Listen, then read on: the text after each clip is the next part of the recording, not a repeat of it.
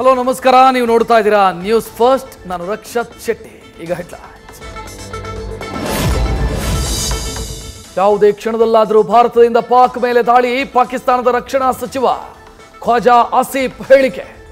ಭಾರತದ ದಾಳಿಗೆ ಬೆದರಿ ಗಡಗಡ ನಡುಗ್ತಾ ಇದೆ ಪಾಕಿಸ್ತಾನ. ಸಾರ್ವಜನಿಕರ ರಕ್ಷಣಾ ಡ್ರಿಲ್ ಪೂರ್ವಾಭ್ಯಾಸ ಆಯೋಜನೆ.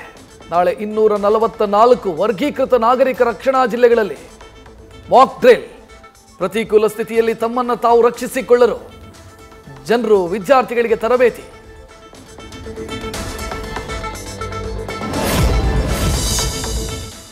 ಡಿಆರ್ಡಿಒ ಮತ್ತು ನೌಕಾಸೇನೆಯಿಂದ ಯಶಸ್ವಿ ಎಂಐಜಿಎಂ ಪರೀಕ್ಷೆ.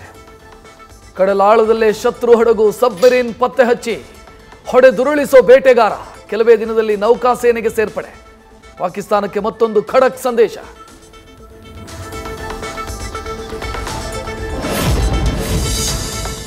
1971ರ ನಂತರ ಮತ್ತೆ ಮೊದಲ ಬಾರಿ ದೇಶದಲ್ಲಿ ರಕ್ಷಣಾ ಮಾಕ್ ಡ್ರಿಲ್. ಅಂದಿನ ಭಾರತ ಪಾಕ್ ನಡುವೆ ಯುದ್ಧದ ಬಳಿಕ ಈವರೆಗೆ ನಡೆದಿಲ್ಲ ಕವಾಯತು. ಭಾರತದ ಪ್ರತೀಕಾರ, ಪಾಕ್ ಪ್ರತಿದಾಳಿ ಸಾಧ್ಯತೆ ಹಿನ್ನೆಲೆ ಈಗ ಮುನ್ನೆಚ್ಚರಿಕೆ.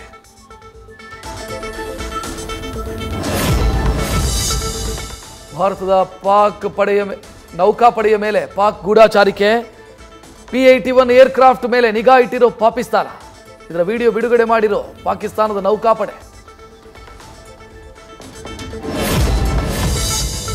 ಇಂದು ಪ್ರಧಾನಿ ನರೇಂದ್ರ ಮೋದಿ ಅಜಿತ್ ದೋವಲ್ ಸಭೆ. ಭದ್ರತೆ, ಯುದ್ಧ ಸನ್ನದ್ಧತೆ ಕುರಿತು ಹಲವು ವಿಚಾರಗಳ ಬಗ್ಗೆ ಚರ್ಚೆ.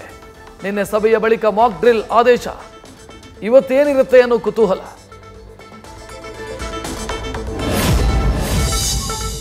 POKಯಲ್ಲಿ ಉಗ್ರರ ನೆಲೆಗಳಿವೆ ಅಂತ ಭಾರತದ ಆರೋಪ. ರಾಷ್ಟ್ರೀಯ ಮಾಧ್ಯಮಗಳನ್ನು ಕರೆಕೊಂಡು ಭೇಟಿ ಕೊಟ್ಟ ಪಾಕ್ ಸಚಿವ ಅತಾವುಲ್ಲಾ ತರಾರ್. ವಿಶ್ವ ಮಟ್ಟದಲ್ಲಿ ಹಲವು ದೇಶಗಳಿಂದ ವಿರೋಧ. ಪಹಲ್ಗಾಮ್ ದಾಳಿ ಬಳಿಕ ದೇಶದಲ್ಲಿ ಸ್ಲೀಪರ್ ಸೆಲ್ಗಳ ಮೇಲೆ NIA ನಿಗಾ. ಒಂದೆಡೆ ಹಂತಕ ಉಗ್ರರಿಗಾಗಿ ಹುಡುಕಾಟ, ಮತ್ತೊಂದೆಡೆ ಕಟ್ಟೆಚ್ಚರ. ದಕ್ಷಿಣ ರಾಜ್ಯಗಳ ಅಧಿಕಾರಿಗಳ ಜತೆ ಕೇಂದ್ರದ ಸಂಪರ್ಕ.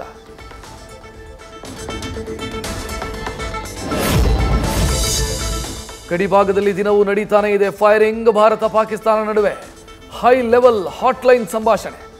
ಎರಡು ದೇಶದ ಕಮಾಂಡರ್ಗಳಿಂದ ಸೈನಿಕರು, ಪರಿಸ್ಥಿತಿ ಬಗ್ಗೆ ಚರ್ಚೆ.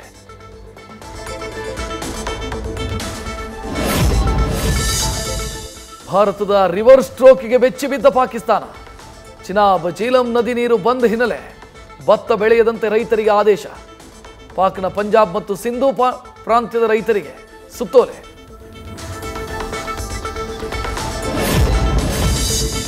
ವಿಶ್ವಸಂಸ್ಥೆಯ ಭದ್ರತಾ ಮಂಡಳಿಯಲ್ಲೂ ಭಾರತಕ್ಕೆ ಹೆಚ್ಚಿದ ಬೆಂಬಲ. 4 ಕಾಯಂ ಸದಸ್ಯರು ಸೇರಿ UNSCಯ 13 ರಾಷ್ಟ್ರಗಳ ಸಪೋರ್ಟ್. ಪಹಲ್ಗಾಮ್ ದಾಳಿ 2 ದೇಶಗಳ ರಾಜಕೀಯ ಬಿಕ್ಕಟ್ಟಲ್ಲ, ಅಂತಾರಾಷ್ಟ್ರೀಯ ಭಯೋತ್ಪಾದನೆ ಅಂತ ಭಾರತದ ವಾದ.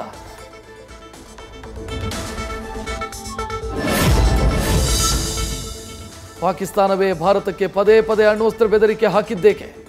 ಪಹಲ್ಗಾಮ್ ಹತ್ಯೆಯಲ್ಲಿ ಲಷ್ಕರ್ ಇ ತಯ್ಯಬಾ ಭಾಗಿಯಾಗಿಲ್ವಾ? ವಿಶ್ವಸಂಸ್ಥೆ ಭದ್ರತಾ ಮಂಡಳಿ ಸಭೆಯಲ್ಲಿ ಪಾಕಿಸ್ತಾನಕ್ಕೆ ಪ್ರಶ್ನೆಗಳ ಸುರಿಮಳೆ. ತಾನೇ ಕೋಲು ಕೊಟ್ಟು ಹೊಡೆಸಿಕೊಂಡ ಪಾಕಿಸ್ತಾನ.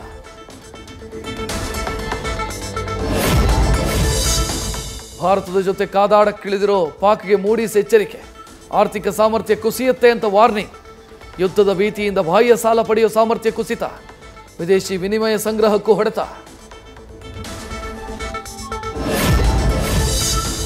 ಪಾಕ್ನಿಂದ ಬಂದಿರೋ 22 ಮಹಿಳೆಯರಿಗೆ 95ಕ್ಕೂ ಹೆಚ್ಚು ಮಕ್ಕಳು. UPಯ ಮೊರಾದಾಬಾದ್ನಲ್ಲಿ ಪಾಕ್ ಮಹಿಳೆಯ ಕುಟುಂಬದಲ್ಲಿ 500ಕ್ಕೂ ಹೆಚ್ಚು ಜನ ವಾಸ. ಅಕ್ರಮವಾಗಿ ಭಾರತದ ಆಧಾರ್, ಎಲೆಕ್ಷನ್ ID ಕಾರ್ಡ್ಗಳು ಪಡೆದಿರೋದು ಪತ್ತೆ.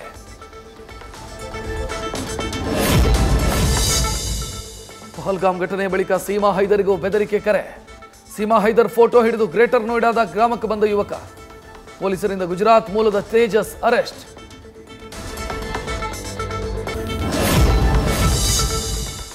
ನಮ್ಮ ಓಟ್ನಿಂದ ಗೆದ್ದು CM ಆಗಿದೆಯಾ? ಸರಿಯಾದ ಸಮಯಕ್ಕೆ ಸಂಬಳ ಹಾಕೋದಕ್ಕೆ ಯೋಗ್ಯತೆ ಇಲ್ಲ. CM ಸಿದ್ದರಾಮಯ್ಯಗೆ ಅವಾಚ್ಯ ಶಬ್ದಗಳಿಂದ ನಿಂದನೆ. ಪೊಲೀಸ್ ಅಧಿಕಾರಿ ಬೈದ ವಿಡಿಯೋ ಹಾಕಿ ಮೈಸೂರು ವ್ಯಕ್ತಿಯ ಆವಾಜ್.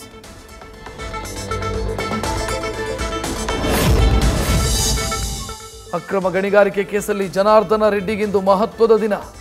OMC ಅಕ್ರಮ ಮೈನಿಂಗ್ ಕೇಸಲ್ಲಿ CBI ಕೋರ್ಟ್ನಲ್ಲಿ ತೀರ್ಪು. ರೆಡ್ಡಿಗೆ ರಿಲೀಫಾ, ಮತ್ತೊಮ್ಮೆ ಬೇಲ.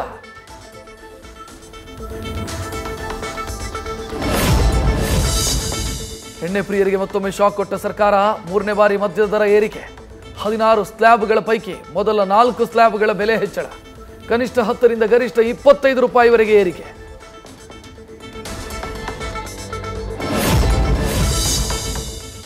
ಡೆಡ್ ಸ್ಟೋರೇಜ್ ತಲುಪಿದ ಆಲಮಟ್ಟಿ ಜಲಾಶಯ. ವಿಜಯಪುರ ಬಾಗಲಕೋಟೆ ಜಿಲ್ಲೆಯ ಜನರಿಗೆ ಕುಡಿಯೋ ನೀರಿನ ಸಂಕಷ್ಟ. ಕೃಷ್ಣಾ ನದಿಗೆ ಮಹಾರಾಷ್ಟ್ರದಿಂದ ನೀರು ಬಿಡಿ ಅಂತ ಮನವಿ.